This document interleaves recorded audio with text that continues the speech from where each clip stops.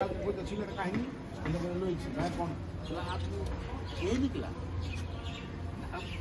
আবার আমি বলতে বিষয় করতেছি মানে আমরা তো বলেছি দেখো এটা মনে কম কিছু করি মানে মারছি দৌড়াইছি আপনি তো ছবি দেখতেছেন অত্যাচার করছি মানে কোনোভাবেই তো করে আমি তাড়াইতে পারতেছি না ভাবছি আমার মাথা মধ্যে একটু বুদ্ধি এলো আমরা যদি আইনের আশ্রয় যদি আমরা কিছু করি আইলে কেমন এরপরে মূল্যকে আমি কত কথা মূল্য করলে হয় হয় তারপরে আমরা কি কোনো মনে করলাম যে মুন্নু কোনো উকিল আছে নাকি মনে করলে আমার পরিচিত আছে বেবি উকিল ফোন দিলাম উকিল ভাই তাড়াতাড়ি চলে এলো পরে মনে হলো যে এই একটা রাস্তা আছে যেটা আমরা ওপরে আইনের মার পেতে ফলে আমরা ওই পুরান ঢাকা থেকে ওপরে বলেছিলাম তাকে বিটে খেলে কন্যা আমার পরিচয়টা নিজে মুখে দিয়ে নেই।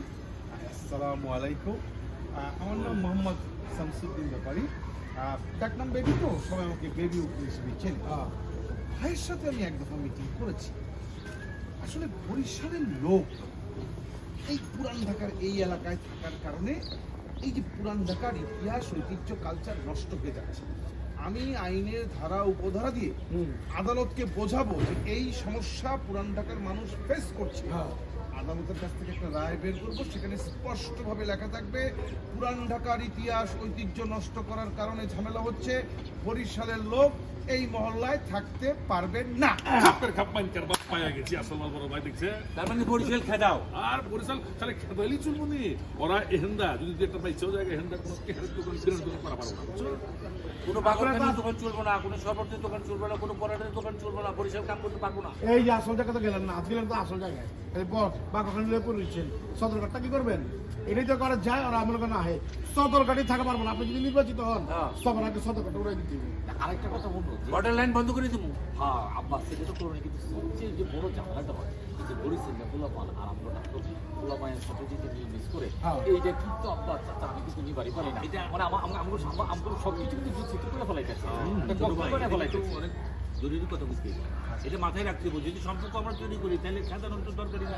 জি আসলে হয়েছে কি, এইসব সমস্যা, এই যে বাকরখানি, তেহারি, প্রেম, ভালোবাসা, এইসব সমস্যা কখন হবে? যখন বরিশালের লোক এই এলাকায় থাকবে। আরে আমি তো এই এলাকায় বরিশালের লোক থাকতেই দিব না। না থাকবে বাস, না বাজবে বাঁশুরি। ঠিক আছে। আর ওই মালিটু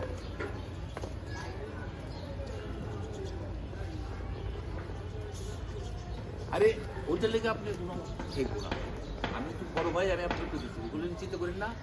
এই ট্রেন যদি উঠাই দে আমার পোলা আপনার চেম্বারে গিয়ে টাকা দিয়ে হয়েছে কি আঙ্কেল, ওই মানে দৌড়াদৌড়ি খরচাপাতি তো লাগেই। মানে গাড়িতে যদি পেট্রোল ডিজেল না ভরেন গাড়ি চলবে কিভাবে? আর সেটা তো দিব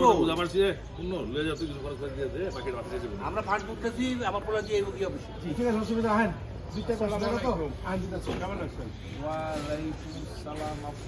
আর মানে থাকবে পরে বুঝুন না